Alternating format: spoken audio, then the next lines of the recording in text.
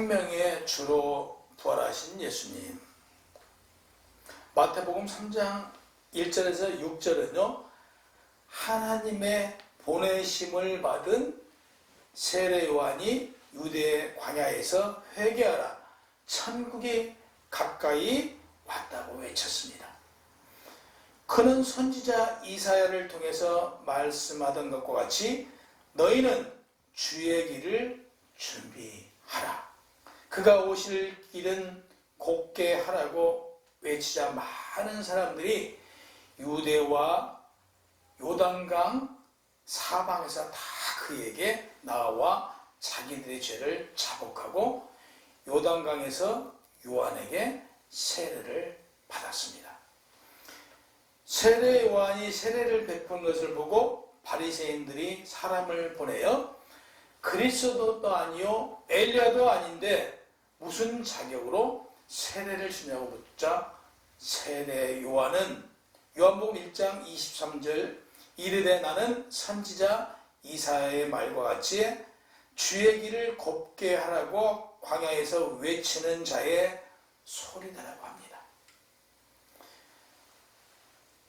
요한복음 1장 26절에 보면 나는 물로 자신의 지은 죄를 회개하는 세례를 베풀지만 너희 가운데 너희가 알지 못하는 한 사람이 섰으니 곧 내 뒤에 오시는 그이라. 나는 그의 신발끈을 풀기도 감당하지 못하겠고 요한이 또 증인하여 이르되 나도 그를 알지 못하였으나 나를 보내어 물로 세례를 베풀라 하신 그이가 나에게 말씀하시되 세례를 베풀 때 성령이 내려와 누구 위에든지 머무는 것을 보거든 그가 곧 성령으로 세례를 베푸는 이인 줄 알려 하셨기에 내가 보매 성령이 비둘기같이 하늘로부터 내려와서 그의 이에 머물렀으니 그가 하나님의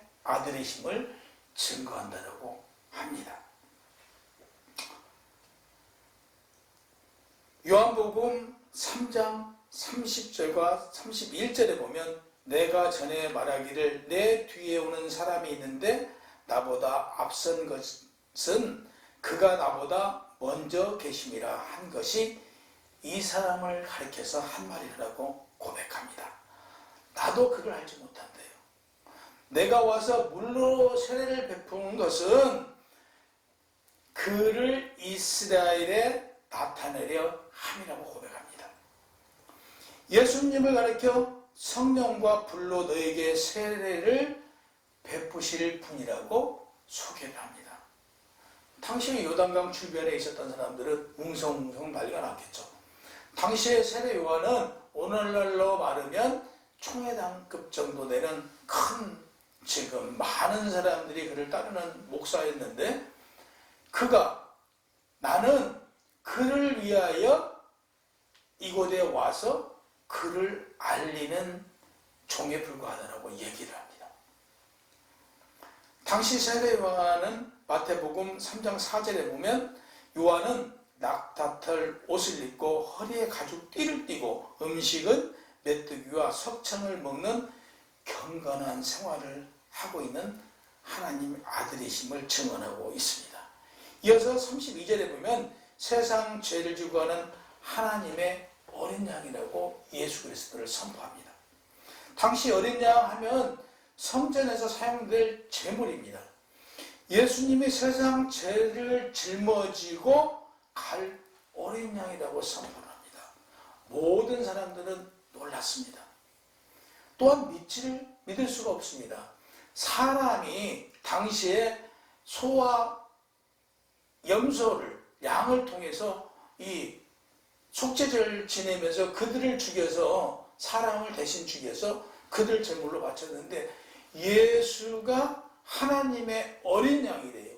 그러면 예수가 사람을 대신해서 죽어야 할 상황에 처한다는 사실입니다. 이걸 사람들은 믿지 않았죠.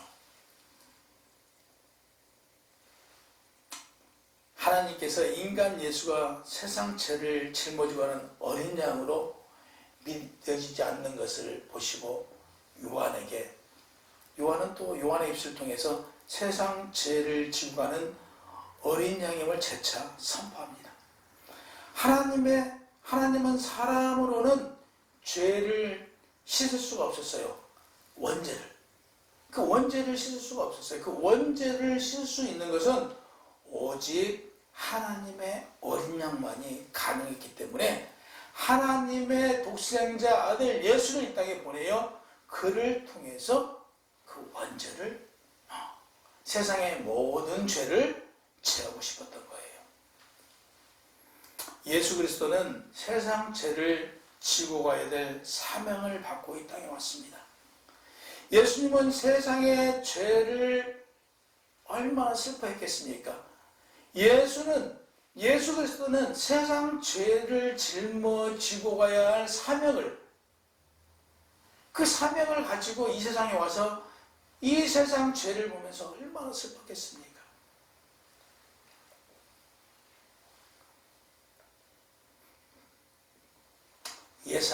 예수께서는 세상 죄를 보고 슬펐습니다. 예수님은 슬픈 삶을 가지고 이 땅에 오셨습니다. 6월절 어린 양으로 이 땅에 오시어 하나님의 어린 양으로 죽어야 했던 예수 그리스도. 6월절은 이스라엘의 축제일입니다. 6월절은 애굽에서 탈출한 날, 애굽으로부터 해방난 날입니다. 해방을 맞는 날에 그 기념일에 속죄일로 모든 사람이 죄를 소와 양과 염소와 모든 짐승을 통해서 그 죄사함을 받는 날인데 그날 예수 그리스도는 죽어야 합니다. 하나님의 어린 양은 세상 죄를 지고 죽으러 오셨습니다. 이 대속의 죄를 속량하려면 그 죄값대로 예수 그리스도의 생명을 주어야 합니다. 당시 대속의 죄는요, 그 죄값으로 양과 소를 죽여서 바치든지 그 죄에 상응하는 형벌은 죽음에 이르는 고통을 받아야 합니다. 이사야의 예언대로 하나님의 어린 양을 십자가에 이르기까지 죄값에 해당하는 모든 고난과 고통과 망신과 모욕과 채찍을 맞아야 했습니다. 채찍에는 이 가죽끈이었습니다. 가죽끈 끝에는 쇳덩어리를 달았고 그 밑에는 납을 달았습니다. 그 납을 단 채찍으로 예수 그리스도를 치면 그 맞는 예수 그리스도는요, 그 살이 찢기고 살에 들어갑니다. 그 채찍을 당길 때는 예수 그리스도의 살이 찢겨져 나옵니다. 그 살점이 뚝뚝 떨어져 나오는 그 고통, 온몸에 성한 데가 없을 때까지 그 채찍을 맞고 노마병정은 어린 예수를 쓰러지고 넘어져도 채찍을 가했습니다. 예수 그리스도는 세상 죄를 속량하기 위하여서 하나님 아버지가 예수 자신에게 지으신 형벌임을 알고 있었습니다. 그러기에 채찍을 맞아 전신이 피투성이가 되고 살점이 뜯어지며 그 오는 고통을 참아야 했고, 오는 고통을 희생을 통해서 그 죄사함을 받는다는 것을 아시고 고함치지 않았습니다. 신음하지도 않고 이겨냈습니다. 예수께서는 죄도 흠도 없으신 분이요, 왜 이렇게 채찍을 맞아야 했을까요? 예수님께서 힘과 능력이 없어서 아닙니다. 그 채찍을 맞아야 우리의 죄와 허물을 사함받기 때문에 그 채찍을 맞았던 것입니다. 우리의 허물 때문에 그 모진 고난과 고통을 당하면서 참고 견디셨습니다. 우리를 죄악에서 벗어내주고 싶어서 또 우리 육신의 나음을 받고 타락한 모든 것을 회복시켜주기 위해서 참으셨습니다. 십자가를 지고 가는 예수님께 많은 사람들이 따라오면서 저주를 했습니다. 욕했습니다. 예수님께서는 십자가를 지고 가시면서 13번이나 넘어졌습니다. 넘어질 때마다 채찍을 가하고 때리고 욕하고 모욕하고 그 십자가를 지고 가는 질 수 없는 예수님께 지나가는 구레네 사람 시몬을 불러 대신 지고 골고다 언덕길을 가게 했습니다. 당시에 소와 양과 이들은요, 제물로 바칠 때 그냥 목을 따서 죽였습니다. 그래서 제물로 바쳤습니다. 그러나 예수 그리스도는 그냥 죽여도 됩니다. 십자가에 못 박혀 죽여도 되지만 골고다 언덕길을 죽을 만큼 고통을 겪게 했습니다. 그 고통을 마다하지 않고 그 고통을 참아내셨습니다. 그 고통을 참아내는 것은 우리의 죄와 허물을 제해주기 위해서 그 골고다 언덕길을 그 고난과 고통의 길을 걸어가셨어야 했습니다.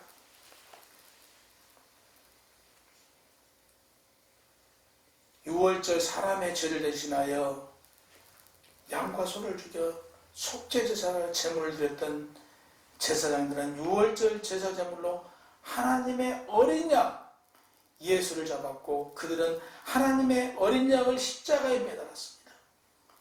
히브리서 1500년 동안 예루살렘 성전에서 제사장들이 어린 양과 황소, 소를 잡아 사람의 죄를 대신해서 죽여서 드린 유월절 제사는 그림자였고 하나님의 어린 양 예수 그리스도를 붙잡아 십자가에 못 박아 드린 제사가 참 제사였던 것입니다.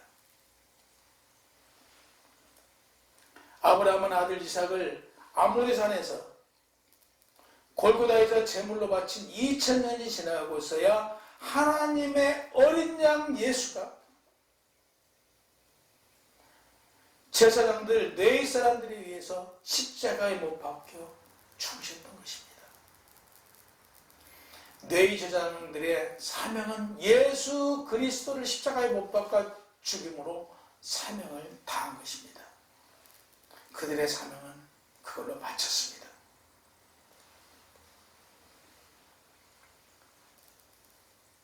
제사장들과 대제사장들, 사두개인들, 바리새인들은 그리고 백성들은 다 같이 예수 그리스도를 비난하고 조롱하고 모욕하는 것을 십자가에 의해서 눈을 뜨고 보게 했습니다. 보통 통상적으로 사형수들은 말입니다. 눈을 이렇게 가리죠. 그래서 그 과정을 보지 못하도록 최소한의 예의라고 합니다.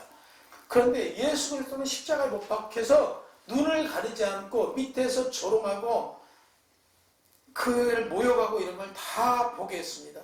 십자가에 달려있을 때 46년에 걸쳐 지은 성전을 고 3일 만에 내가 지은다고 했는데 지어봐라.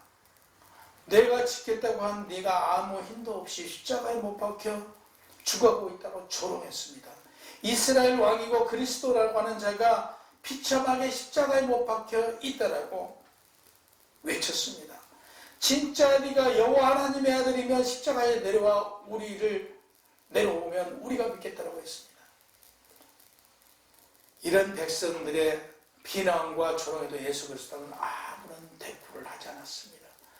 하나님께 저들의 죄를 사여달라고 기도를 합니다.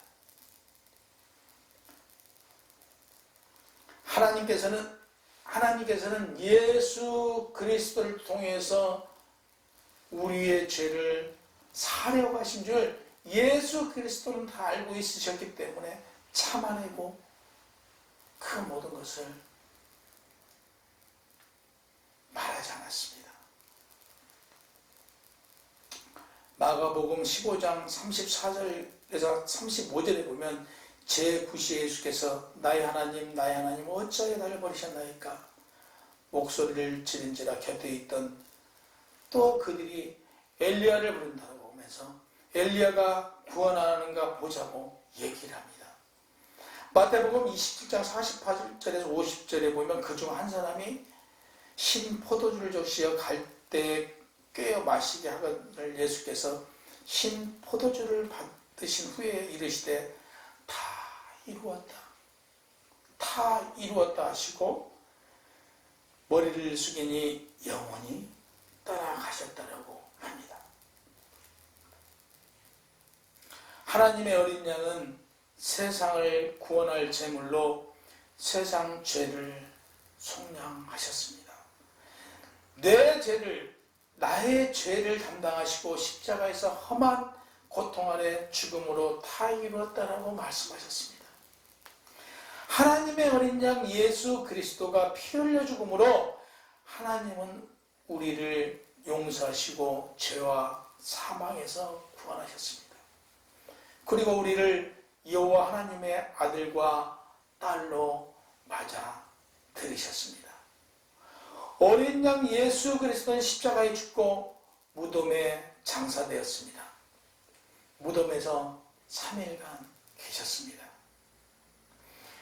3일간 무덤에 있었다는 것은요, 죽은 것을 확인하는 시간이랍니다. 예수 그리스도는 완전하게 죽으셨습니다. 그 죄값대로 죽음으로 여러분과 제가 구원받았고, 죽은 예수 그리스도가 3일 만에 부활하심으로 말미암아 여러분과 제가 새 생명을 얻었습니다. 죄로 인해 죽으면 죄값이죠.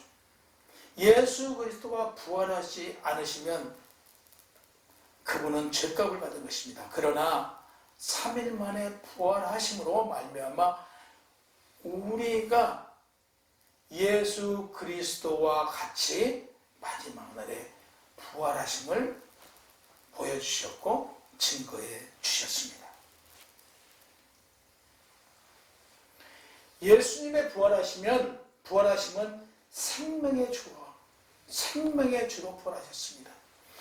하나님의 어린 양의 부활은 하나님을 믿는 모든 사람의 생명의 주로 살아나신 것입니다. 그 어떤 사람이든 주 예수 그리스도를 믿으면 죽지 않습니다.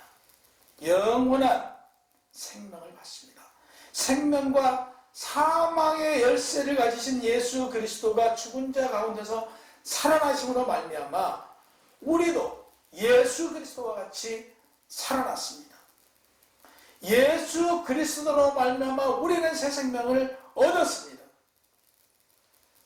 생명이시고 부활의 주이신 어린 양 예수 그리스도를 믿지 않고 거부한 자들은 그들은 육은 살아있을 정정 영은 다 죽어 있습니다.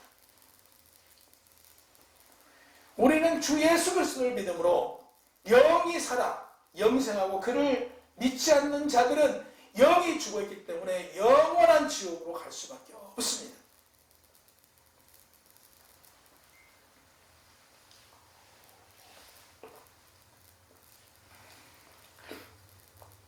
마태복음 20장은 예수님의 부활하신 안식 후 첫날에 대한 기록입니다. 날이 밝기 전에 막달라 마리아가 예수님 무덤에 갔습니다. 무덤 입구에 돌이 놓여져 있었는데 그 돌이 옮겨진 것을 보고 제자들에게 달려가서 전합니다. 베드로와 그 다른 제자들이 그 얘기를 듣고 다른 지라여 어디로 가요? 예수님의 무덤으로 달려갑니다. 베드로보다 다른 제자들이 먼저 달려가서 보니 그 세마포가 보였습니다. 그러나 그 제자들은 들어가지 않고 베드로가 올 때까지 기다렸습니다. 베드로가 도착하여 무덤에 들어가서 보니 세마포와 수건은 있는데 예수님이 보이지 않았습니다. 그러자 함께 간 제자들도 그 무덤에 들어와 확인해 보니 예수님이 보이지 않았습니다. 베드로와 그 제자들은 예수님이 그곳에 계시지 않는 것을 보고 집으로 돌아갑니다.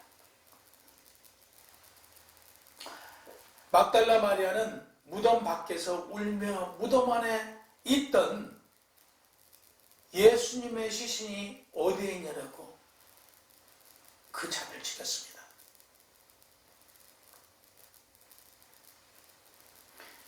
막달라 마리아가 그 무덤 안을 이렇게 들여다보니 그곳에 하얀 옷을 입은 사람이 보였습니다. 그들은 두 천사였습니다. 예수님의 누였던 머리 위에 한 명, 발 아래 한 명이 있었습니다. 그들이 하는 말이 예수여, 여자여, 어찌하여 울며 누구를 찾느냐? 마리아는 그가 동산직인 줄 알고 이르되 주여, 당신이 우리 주님의 시신을 옮겼으면 어디 있는가 말을 해주세요. 제가 그 시신을 찾아가야 됩니다라고 말합니다.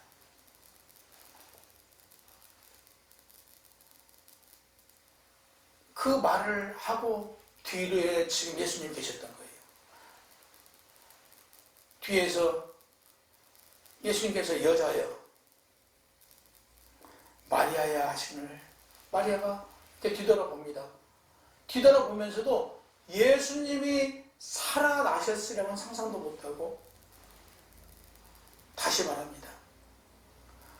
예수님의 시신이 어디에 있냐고 가르쳐달라고. 그러자 다시 예수님께서 말씀하십니다. 마리아야. 막달라 마리아가 되돌아보니 예수님이었습니다. 깜짝 놀라서 예수님을 붙잡으려고 하는데 예수님께서 말씀하십니다. 나를 붙잡지 말라. 내가 아직 아버지께 올라가지 아니하였노라. 너는 내 형제들에게 가서 내가 내 아버지 곧 너희 아버지 내 하나님 곧 너희 하나님께로 갈 것이니 제자들에게 내가 살아났다는 걸 전하라고 합니다. 막달라 마리아는 열심히 달려갑니다. 그래서 그 제자들에게 말합니다. 이날이 안식 후 첫날 저녁 때에 제자들이 유대인들이 두려워 모인 곳에 문을 닫고 있었습니다. 그때 예수님께서 오십니다. 너에게 평강이 있을지어다 이 말씀을 하시고 손과 옆구리를 보이시며 당시에 그 손바닥이 아니고요. 당시에 그 못을 박을 때는 이 손에 이 뼈에다가 못을 박는데요. 이 손에다 박으면 이 십자가에 견디지 못하니까 이 뼈에다 박는데 이 자리를 보이신 거죠. 보이시면서 옆구리에 그 창을 찔러서 피를 냈잖아요. 그 자리를 예수님께서 보여주신 겁니다. 보라. 제자들이 보고 놀라가지고 기뻐합니다. 아버지께서 나를 보내신 것 같이 나도 너희를 보내노라 이르시되 성령을 받으라고 합니다. 뭘 받으라고요? 성령을 받으라. 너희가 누구의 죄든지 사하면 사해질 것이요 누구의 죄든지 그대로 두면 그대로 있으리라 하시니라. 12제자 중에 디두모라 불리는 도마가 있어요. 도마는 의심이 많다고 우리 다 알고 있잖아요. 의심 많은 도마는 그 자리에 지금 예수님 오신 자리에 없었어요. 그 다른 제자들이 그 얘기를 하지만 그 도마는 믿지 않았습니다. 도마는 뭐라고요? 내가 직접 예수님의 이 못자국을 만져봐야 되고 예수님의 옆구리에 창 맞은 그 옆구리에 손을 넣어야 믿겠다는 겁니다. 여드레가 지나서 도마와 함께 또 제자들이 그 집에 모여 있었습니다. 그들은 좀 유대인들이 두려워 문을 이렇게 닫고 있었죠. 있을 때 예수께서 다시 그들 앞에 나타나십니다. 그래서 너에게 평강이 있을지어다 하시고 도마에게 이르시되 내 손가락을 이리 내밀어 내 손을 보고 넣어보라고 합니다. 도마가 넣어서 확인합니다. 그리고 내 옆구리에 손을 넣어보라고 그러고 넣어봅니다. 손이 쑥 들어갔겠죠. 그러면서 예수님께서 말씀하십니다. 믿음 없는 자가 되지 말고 믿는 자가 되라. 손을 넣어본 도마는 고백합니다. 나의 주님이시오 나의 하나님이시다. 예수께서 이르시되 너는 나를 본고로 믿느냐? 보지 못하고 믿는 자들이 복되도다. 말씀하십니다. 보십시오. 부활절 주간에 주 예수의 십자가상에서 고난과 그 죽음을 우리는 묵상해야 됩니다. 우리가 예수 그리스도가 십자가에 못 박혀 죽으시고 부활하심을 믿습니까? 아멘. 우리는 부활하신 주님을 믿습니다. 그래서 오늘 우리는 예수 그리스도가 십자가에 못 박혀 죽으시고 부활하심으로 우리가 새 생명을 얻었지 않습니까? 새 생명을 얻은 우리가 이 생명이 얼마나 값진 겁니까? 영적으로 살아있는 우리 이 생명이 얼마나 값진 것입니까? 누구로 말미암아? 예수 그리스도로 말미암아. 예수 그리스도가 부활하지 않았으면 우리에게 구원도 없고 우리에게 새 생명도 없습니다. 그분으로 말미암아 우리는 구원받았고 새 생명을 얻었으니 우리는 감사하는 마음이 늘 우리 속 안에서 떨어지면 안 됩니다. 예수님의 고통과 죽음, 나를 구원하기 이함이 없고 주님께서 다 이루었다 하시면 우리의 죄로 인하여 고난받고 하나님의 어린 양이 십자가에서 죽음으로 내가 구원되어 부활하심으로 새 생명에 이르게 되었다는 사실, 오늘 부활주의를 맞아 우리는 다시 한번 되새기면서 감사하고 정말 예수님의 그 사랑, 베풀어 주신 그 사랑에 다시 한번 감사하시기를 바랍니다.